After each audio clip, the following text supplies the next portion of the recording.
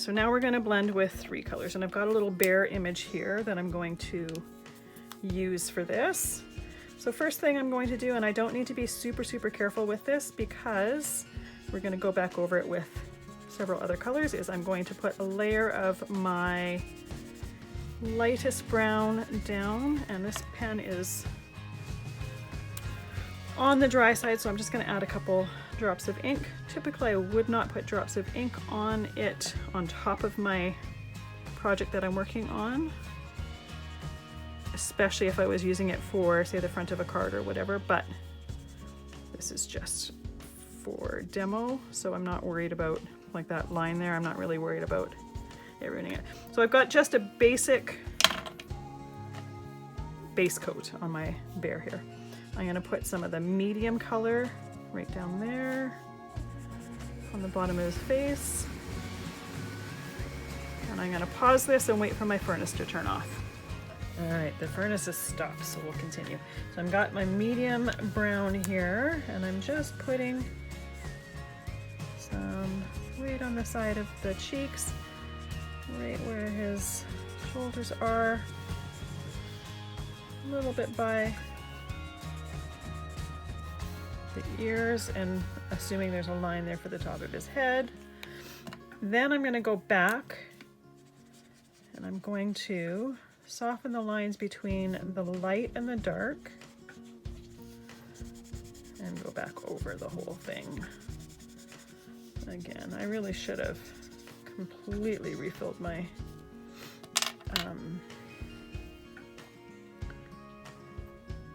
my light one here. I should have done it properly, but I didn't.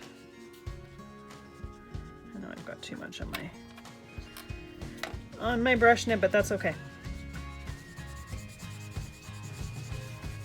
So once I've gone over my light to medium, I'm going to take my dark color and I'm going to put it where I want the dark color to go. So a little bit by the nose here.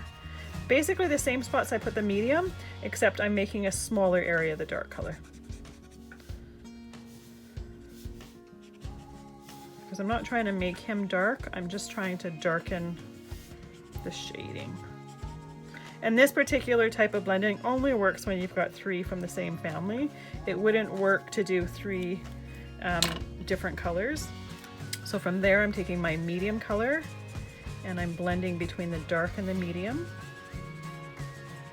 And then I'm going to go back and I'm going to go over the entire thing again.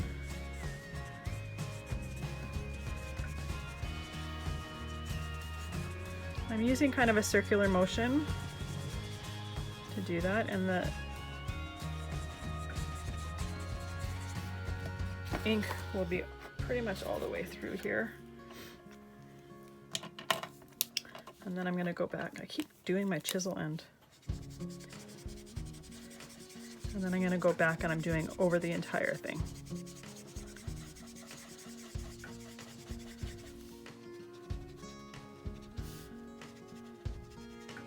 I just realized I didn't put any shading on that ear there, so I'm going to do that. And do a little bit of the dark color, especially within the little ear there, because there would be some shading there. This is one of the things I love about Copics, is I can go over places that I missed and I don't have to worry about the paper breaking down. If I find, like right there, I'm thinking I'm going to do a little bit more shading right here. I can easily go back in, add a little bit of that shading. And bears being furry, I'm not really worried about it being perfectly blended. I don't really want that. If it was something that I needed that perfect blend, I would take the time to do that. I would also make sure that my markers were completely inked properly before I even started. But I'm going to be using this guy later on to show you a simple technique to create the texture of fur. So I want to make sure he's all colored and has time to sit and dry before I show you that. So there we go. Now I completely colored the eyes in. If you wanted them not colored, you could leave them not colored, or you could just take a blender pen and you could start removing some of the color. I didn't take the time to Google what color Bear's eyes are, otherwise I would color them that shade. I'm assuming there's a bit of a pink nose. Again, I didn't Google it. I think this is a little bit too hot pink. And what I would likely do actually is take some of that light brown and just put it lightly over top of it, just to kind of, because it stands out too much. And it's nice and easy to just blend those two together. It gives it a bit of a pink tone.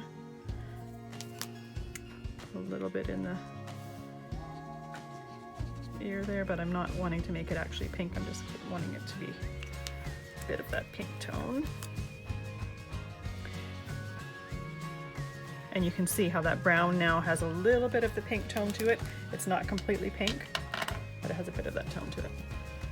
So there we are. We've got our bear colored.